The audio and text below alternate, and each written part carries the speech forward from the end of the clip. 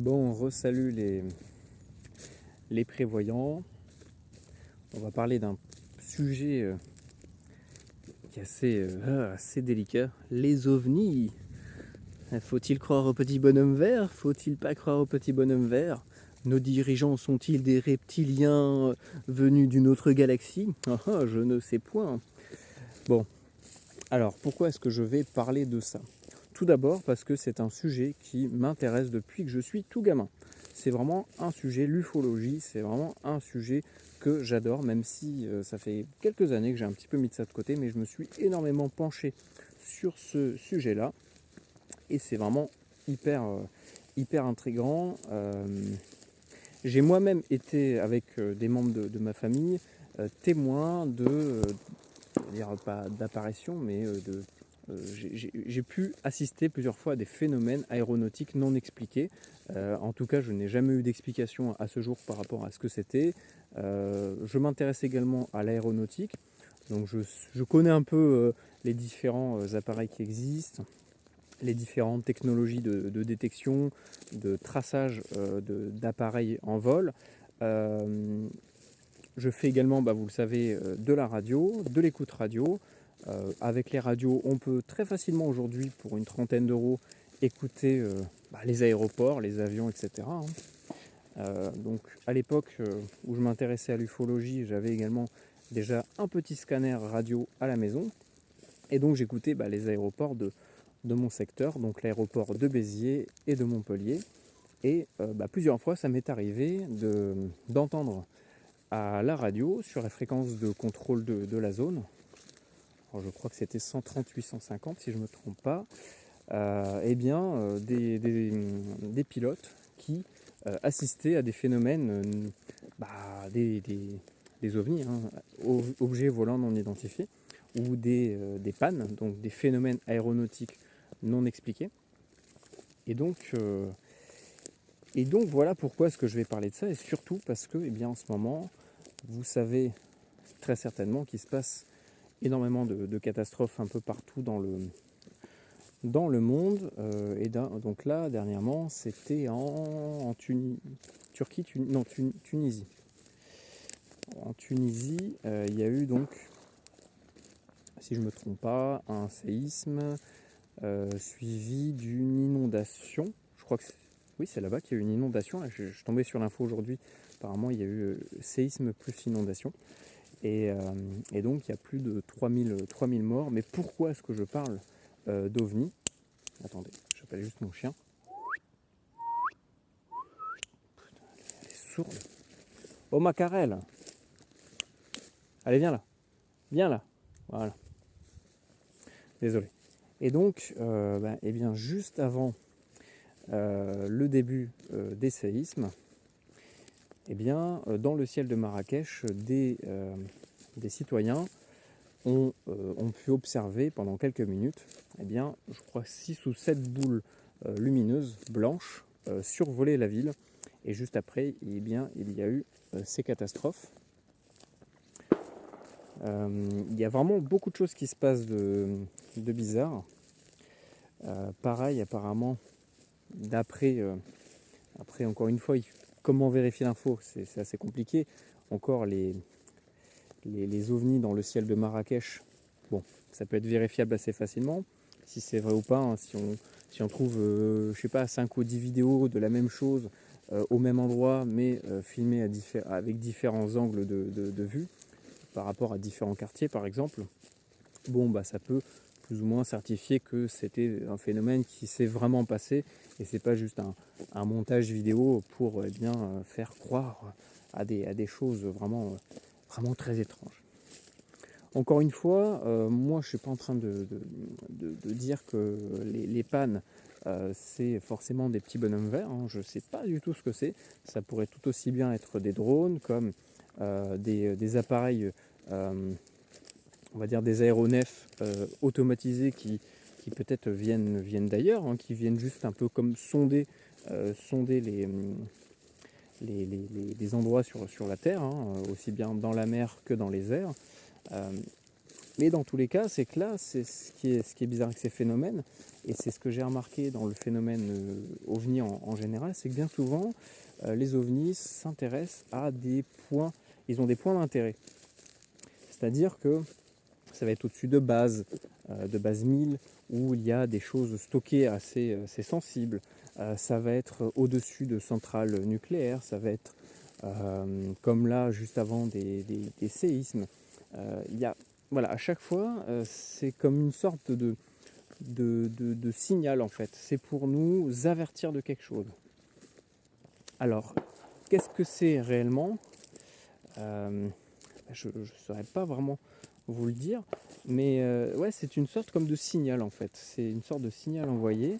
Alors, je ne sais pas, peut-être que c'est à destination de certaines personnes pour peut-être avertir que quelque chose est en train de se dérouler, que voilà, par exemple, selon la forme ou le nombre de boules lumineuses, ça veut peut-être dire que eh bien, c'est tel ou tel truc qui va arriver. Je ne sais pas, faudrait peut-être qu'on se concentre là-dessus. S'il y a des gens dans mes abonnés qui regardent et qui s'intéressent un peu aux pannes, peut-être que le nombre de boules avec la forme que ça forme, eh bien, peut peut-être avertir d'un danger plutôt qu'un autre. Voilà. Euh, dans tous les cas, il y a différents phénomènes assez inexpliqués qui se déroulent à chaque fois avant ces catastrophes et qui, d'après moi, devraient rester dans le coin de notre tête parce que rien ne nous dit qu'un jour ça ne nous arrivera pas, hein, comme beaucoup d'autres choses. Hein. Voilà, à chaque fois on pense que ça arrivera chez les voisins mais pas chez nous. Et le jour où ça nous arrive, eh bien c'est trop tard. Et donc justement en tant que prévoyant, je pense qu'il faut mettre un maximum de chances de notre côté par rapport à ce type de scénario. Et donc s'intéresser à ce phénomène-là et par exemple suivre des forums qui parlent de ce sujet pour savoir s'il y a eu une observation de ce type de phénomène dans notre secteur ou non, pourrait éventuellement nous permettre d'avoir peut-être un coup d'avance aux gens lambda qui regardent juste j'allais dire RTL2, BFM TV ou autres, qui ne parlent absolument pas de ces phénomènes-là. Dans tous les cas, ces phénomènes-là existent. Je parle des pannes. Hein. D'ailleurs, de plus en plus d'États, de personnes haut placées en parlent et parlent de ça très sérieusement. J'étais même tombé ça m'a étonné, un peu par hasard sur YouTube, c'était sur une conférence,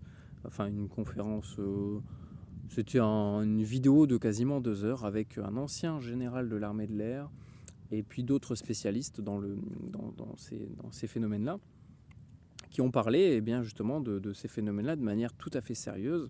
De toute façon, ça fait des milliers d'années qu'on en observe. On en a même des traces. On a plein de traces, par exemple, dans la Bible, hein, qui parlent justement de certains phénomènes qui se sont déroulés. Alors, ils décrivent ces phénomènes-là, bien sûr, avec les mots de l'époque. Ils n'avaient pas encore inventé les ovnis, le terme soucoupe volante ou ces choses-là. C'était des boules de feu, ce genre de soleil, ce genre de représentation de boules, ouais, un peu comme des soleils ou des sphères dans d'autres sphères. Enfin bref, il y a différents passages qui mentionnent ce type de phénomène avec des personnages assez mystérieux qui d'un seul coup arrivent et font passer des messages ou parlent via ce qu'on peut appeler aujourd'hui des haut-parleurs. Tout ça, ça fait des milliers d'années qu'on a des traces de ça, et je remarque que progressivement, eh bien, ce sujet-là est mis sur la table de manière de plus en plus sérieuse, puisqu'il y a encore 10 ans, je me souviens, dès que j'avais vraiment commencé à m'intéresser à ce sujet-là, que je m'étais vraiment passionné pour ça, parce que j'ai été moi-même confronté à ce genre de phénomène 2 fois dans ma vie. Une fois, c'était à Montréal, dès que j'étais tout jeune, et une deuxième fois, c'était il y a quasiment 10 ans, pas loin de chez moi. Voilà. Et donc, après ça, ça m'avait vraiment marqué comme truc de vécu, comme expérience, voilà.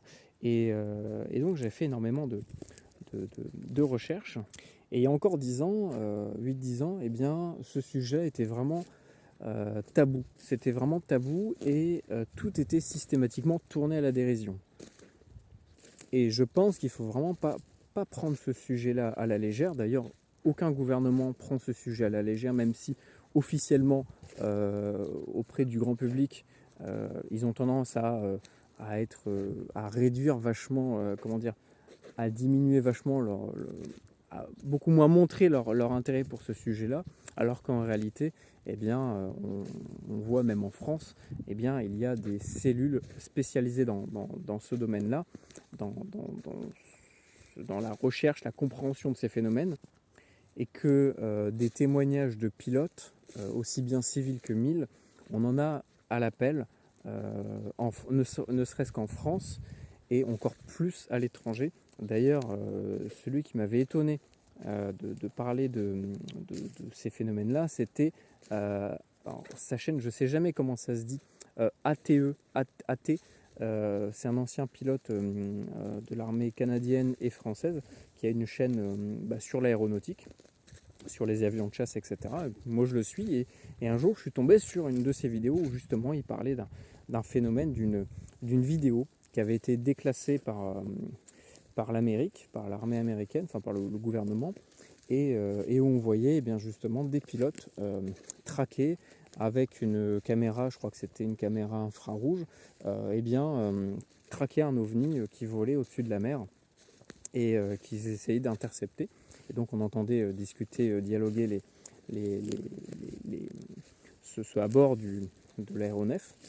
Et donc voilà, c'était vraiment, pour le coup, c'est pas un mec sorti de nulle part qui parle d'un truc sorti de nulle part. Là, c'était un ancien pilote connu et reconnu qui parle d'un phénomène qui a été officiellement reconnu et déclassifié par un gouvernement.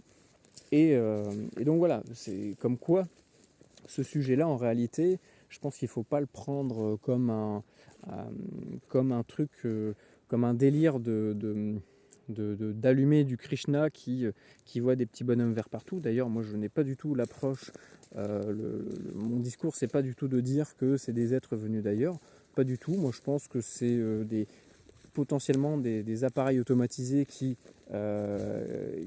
peuvent justement, de par leur fait qu'il n'y a aucun passager à bord, peuvent faire des déplacements à très grande vitesse et exploitent une technologie qui à mon avis pour nous, nous commençons à la maîtriser, mais elle n'est pas officiellement reconnue comme Internet.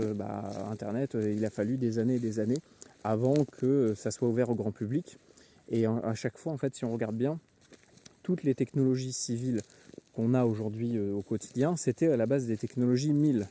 Et donc, pour moi, il faut vraiment se focaliser sur les centres d'intérêt des 1000 pour savoir un petit peu ce qu'on aura à l'avenir. Donc là, en ce moment, par exemple, l'intelligence artificielle, ça fait des années que s'en servent pour casser des codes, pour plein de choses, pour des attaques à grande échelle. Et aujourd'hui, ça commence à se démocratiser grâce au coût beaucoup moins cher des composants, même si ça augmente un peu en ce moment avec les différentes crises. Mais on voit que quand même, il y a toujours un passage du domaine militaire privé au domaine civil public. Et donc, ce sont des phénomènes qui sont des centres d'intérêt des 1000.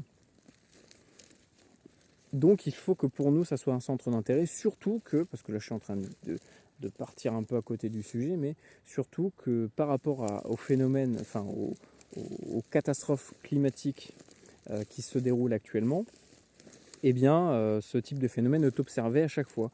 Donc je pense qu'il faut faire le lien entre les deux et pas partir dans des délires de savoir est-ce que c'est des petits bonhommes verts ou pas, ça on s'en fout. Ça franchement on s'en fout pour notre approche à nous, pour notre préparation. Ce qui compte c'est juste élément déclencheur, conséquence. C'est-à-dire qu'à chaque fois qu'il y a une catastrophe, juste avant, on a ces phénomènes-là. Donc il faut prendre en compte ces phénomènes-là pour se préparer à ce type de catastrophe, d'après moi. Voilà. Qu'est-ce que je voulais dire ? Oui. Et je crois qu'il y a 2-3 jours, ce type de phénomène a été observé au-dessus de Bastille, je crois. En tout cas, c'était au-dessus de Paris. Il y a eu des pannes d'observer au-dessus de Paris il y a quelques jours. Donc qu'est-ce que ça veut dire? Est-ce qu'il y a quelque chose qui est en train de se dérouler?